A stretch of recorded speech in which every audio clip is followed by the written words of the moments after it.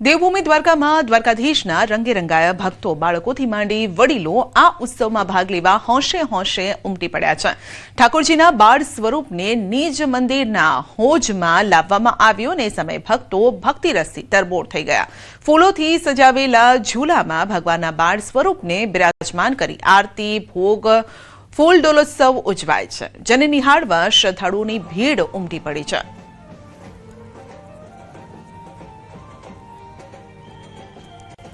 હું તો દર વર્ષે અહીં આવું જ છું, કારણ કે હું દ્વારકાધીશના વધારે માનું છું। મારા માટે મારો શ્રદ્ધા વિશ્વાસ બધું દ્વારકાધીશ જ છે। બહુ સારું ફીલ થાય, એકદમ રિલેક્સ।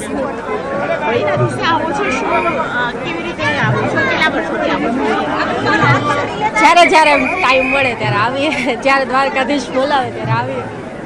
અમદાવાદથી આવ્યો છું કાનાને લઈને હોળીના દિવસે દર્શન કરાવવા કે આનંદ આવ્યો છે।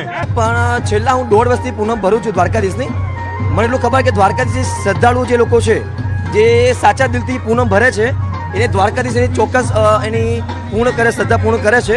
અને સેકન્ડ એ કે મારું એક લેવલ 0થી લેવલ હતું મારું, ને અત્યારે હું કયા લેવલે છું એ મને ખબર છે। જે કહે છે એ લોકો કે ભાઈ આપે માગે 20 અને આપે 30, એ આપણા દ્વારકાધીશ। શ્રી કૃષ્ણના મંદિરની અંદર માખણ મિશ્રીનો પ્રસાદ છે તે વહેંચાઈ રહ્યો છે।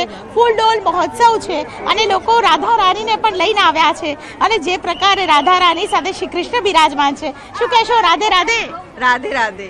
ક્યાંથી આવ્યા છો? નવસારીથી। શું કહેશો? શ્રી કૃષ્ણ પ્રત્યે આટલો પ્રેમ, આજે હોળીના અવસરે આવ્યા છો, દ્વારકાના દ્વારે છો તમે। દ્વારકાધીશની તો વાત જ શું કરવાની, અમે દર પૂનમે આવીએ છીએ। હા, એટલે આજે પણ અમે પૂનમનો ઉત્સવ ખૂબ ખૂબ ખૂબ ઉત્સાહથી ઉજવ્યો છે। દ્વારકાનો નાથ મારો રાજા રણછોડ છે, એને મને માયા લગાડી રે। દ્વારકાનો નાથ મારો રાજા રણછોડ છે, એને મને માયા લગાડી રે।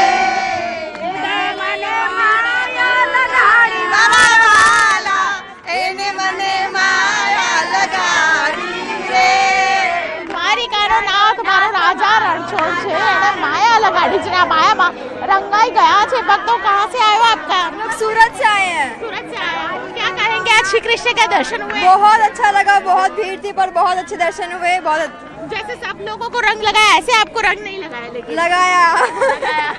कृष्ण के साथ होली खेली आप? हाँ हाँ खेली, बहुत मजा आया। શું કહેશો? દ્વારકાધીશ માં બહુ મજા આવેगी।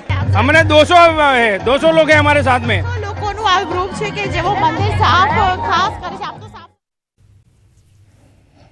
તો ગરમીને લઈને અંબાલાલ પટેલનું અનુમાન છે, ઉનાળો આકરો રહેવાની શક્યતા। માર્ચમાં 44 ડિગ્રી સુધી તાપમાન જઈ શકે છે। દિવસે ગરમી અને રાત્રે ઠંડીનો અહેસાસ થશે। એપ્રિલમાં પણ ગરમીનો પારો ઉંચકાશે।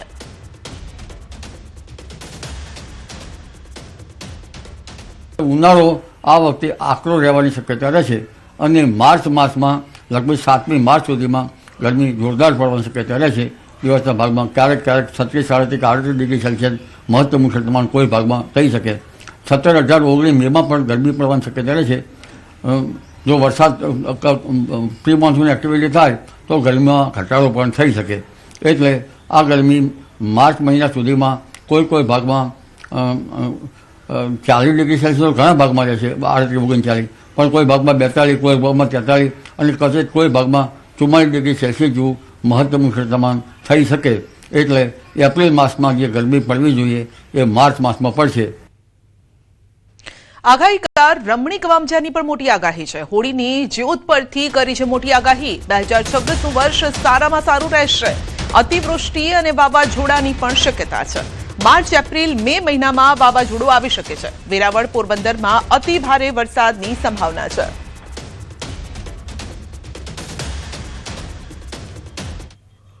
આ વર્ષે શરદ પૂનમના દિવસે રાતે 8 થી 6 વાગ્યા સુધી પૌવા અને ખાંડલા અતિ ભારે ભેજ આવવાથી આ વર્ષે 2026નું વર્ષ સારામાં સારું રહેશે અને અતિવૃષ્ટિ થશે। ને આ વર્ષે અત્યારે જે કચ્છને આધારે આખા ત્રીજનો પવન અને ઉતાસળીનો પવનને અત્યારે જોવાની પદ્ધતિ હોવાથી આ વર્ષે અતિ ભારે ગરમી પડશે। ઓગસ્ટ મહિનાની અંદર હજી પણ સૂર્યગ્રહણ, ચંદ્રગ્રહણ આવે છે, એ પણ ભારે હોય છે એટલે ત્યારે ખેડૂત માટે અતિ ભારે ગરમી પડશે અને આ વર્ષે અખાતીને છે રોહિણી નક્ષત્રે અતિ ગરમી પડશે અને ભાદરવા સુદને છઠને દિવસે અનુરાધા નક્ષત્ર છે એટલે વરસ સારું જશે. ભાદરવા વધ અને હાથિયા નક્ષત્ર બેસે તે હાથિયા નક્ષત્રની અંદર પાછત્ર વરસાદ સારા થશે, ગાજી સાથે પાક પાણીમાં પણ નુકસાન થશે. દર વર્ષની જેમ આ વર્ષે પણ હોળી ધૂળેટીના પર્વની હર્ષોલ્લાસ સાથે ઉજવણી થઈ રહી છે. હોળી પ્રગટાવવાની સાથે જ લોકોમાં આવનારું વર્ષ કેવું રહેશે તેની ઉત્સુકતા પણ જોવા મળે છે. ધાનેરામાં પણ હોળીના વર્તારાને વિશેષ મહત્વ આપવામાં આવે છે અને જ્યાં હોળીની જ્વાળા અને ટોચ પર લગાવાયેલ ધજાની દિશા પરથી વર્ષનું અનુમાન લગાવાય છે. ધાનેરા ગામની અંદર હોલિકા દહન કરવામાં આવે. આ પાવન પર્વની અંદર એના સ્તંભ સાથે આજે ધજા ઉત્તર દિશાની અંદર પડી છે અને બપોર પછીના એના પવનો નૈઋત્ય તરફના હતા. એટલે મેં એવું વિચારેલું કે કદાચ આજે ધજા ખાલી ખંડમાં પણ જાય, પણ કુદરતી રીતે આ વર્ષની અંદર જે ધજા સ્તંભ સાથે ઉત્તર દિશાની અંદર પડી એટલે એનું ફળ સુખાકારી હોય છે અને લગભગ 75% વર્ષ સારું જાય એવું આપણું સુકન કહેવામાં આવે છે. જામનગરના જોડિયા તાલુકાના લીંબોડા ગામમાં પરંપરા અને આસ્થાનો અનોખો સંગમ જોવા મળ્યો છે, જ્યાં ગામના વડીલો અને ગ્રામજનોની ઉપસ્થિતિમાં હોળી પ્રગટાવવામાં આવી અને ત્યારબાદ સૌએ આસ્થાભેર હોળી માતાના દર્શન કર્યા. પરંપરા મુજબ હોળી પ્રગટ્યા બાદ તેનો ધુમાડો જે દિશામાં જાય તે દિશા પરથી આગામી વર્ષના વરસાદ પાકની આગાહી કરવામાં આવે છે. આવનાર વર્ષની ખેતી અને સમૃદ્ધિનું પૂર્વાનુમાન કરવાની વર્ષો જૂની આ પદ્ધતિ છે. તો આ વર્ષે ધુમાડો પૂર્વ દિશા તરફ જતા લીંબોડા ગામના લોકોમાં પણ ખુશીની લહેર જોવા મળી છે. આધુનિક યુગમાં પણ પોતાની સંસ્કૃતિ અને વડવાઓના જ્ઞાનને જાળવી રાખતું આ ગામ આજે આખા પંથકમાં ચર્ચાનું કેન્દ્ર છે. આ પવન ઉપરથી આ પવન કઈ દિશામાં જાય છે એના ઉપરથી આખું વરણનો અમે અંદાજ લઈ છે.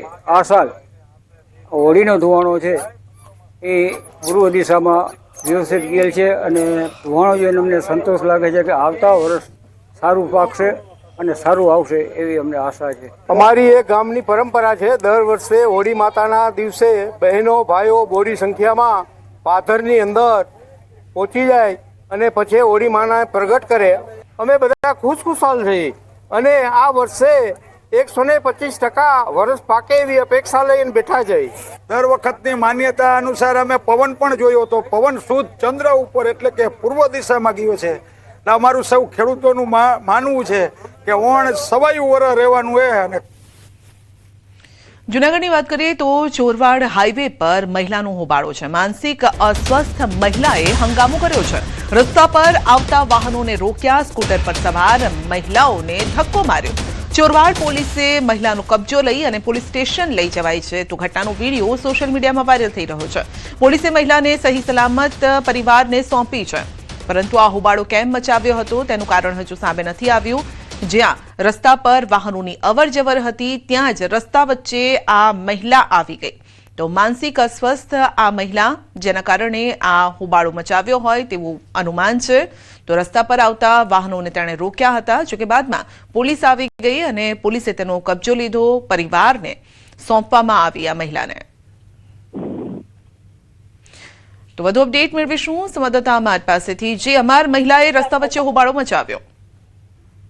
સંધ્યા, ચોક્કસ કે ગઈકાલનો વિડીયો છે કે જે ચોરવાડ હાઈવે પર આખી ઘટના બની હતી. એક મહિલા અચાનક રોડ ઉપર આવી ગઈ હાઈવે પર અને જે પથ્થર લઈ અને લોકોની પાછળ દોડતી હતી, જેમાં એક ટુ વ્હીલ પર બે જે મહિલાઓ જતા હતા તેમને પણ પછાડી દીધા અને બાદમાં પોલીસની ગાડી આવી ત્યારે પણ તે બબાલ કરતી હતી. બાદમાં પોલીસે તેનો કબજો લઈને પોલીસ સ્ટેશને લઈ જાય ત્યારે ખબર પડી કે એ માનસિક અસ્વસ્થ છે અને તેના કારણે તે આ રીતનું કરતું હતું અને ખાસ કરીને તે કચ્છની આ મહિલા હોવાનું સામે આવ્યું છે. કંઈક ડિપ્રેશનની અંદર તે કચ્છથી ટ્રેનની અંદર નીકળી ગઈ હતી અને બાદમાં ગળુ પાસે રેલવે સ્ટેશન છે ત્યાં ઉતરી અને બાદમાં તે હાઈવે ઉપર આવી પહોંચી હતી.